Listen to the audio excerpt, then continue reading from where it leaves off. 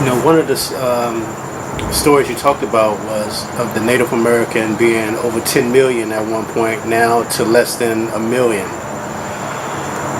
When the European invader came here in the late 1490s, there were 112 million of us in this Republic of the United States. It's not a country, it's a republic. And in less than 500 years, through genocidal practices, through the introduction of diseases that we had no immunity to,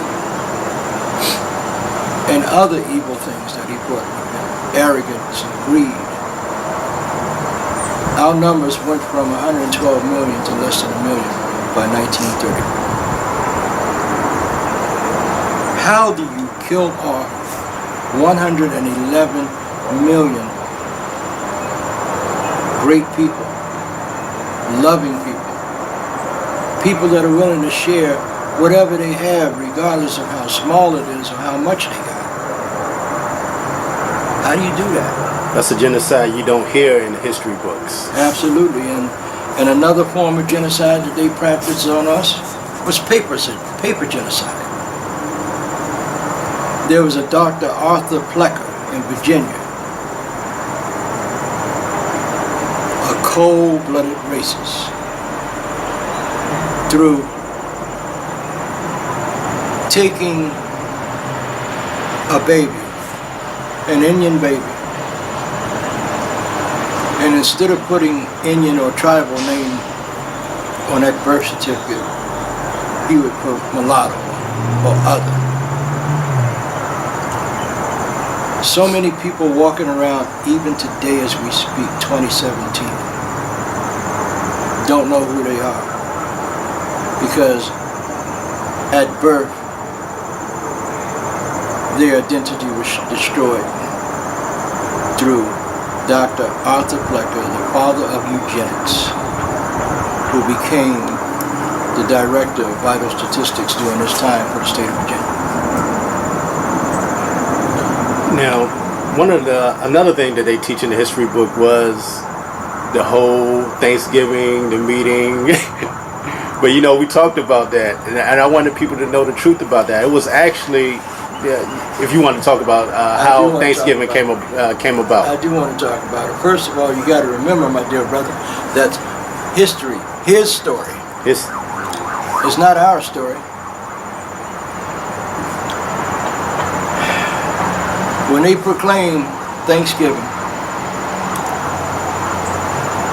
it was in Mystic, Connecticut, a tribe of Indian people, the Pequots, that were thriving and surviving.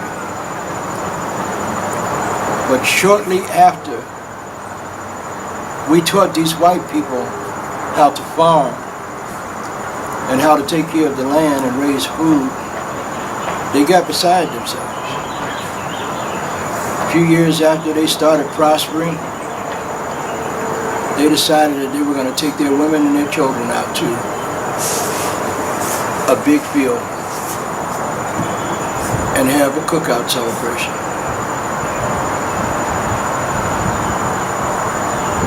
No Indians brought deer.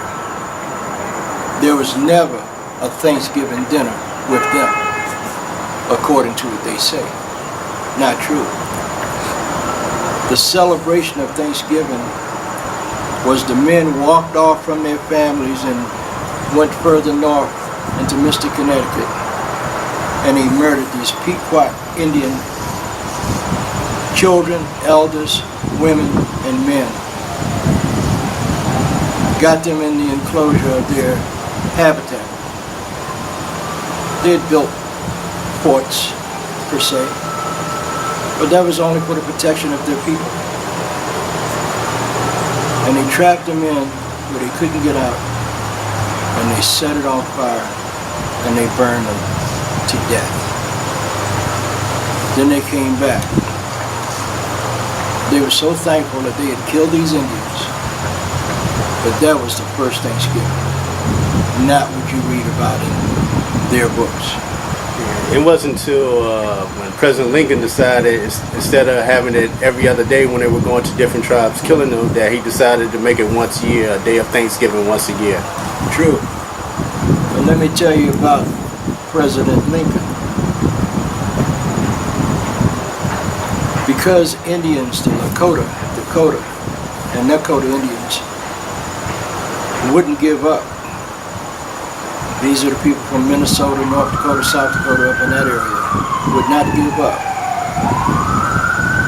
They were fighting, and they captured in excess of 200 of them. And they wanted to hang them all. But Lincoln intervened because of politics, should I say politics. And he said, no, I don't want you to hang them all. Pick 38 of them. And that's how they came up with the Mankato 38. That was the largest mass hanging ever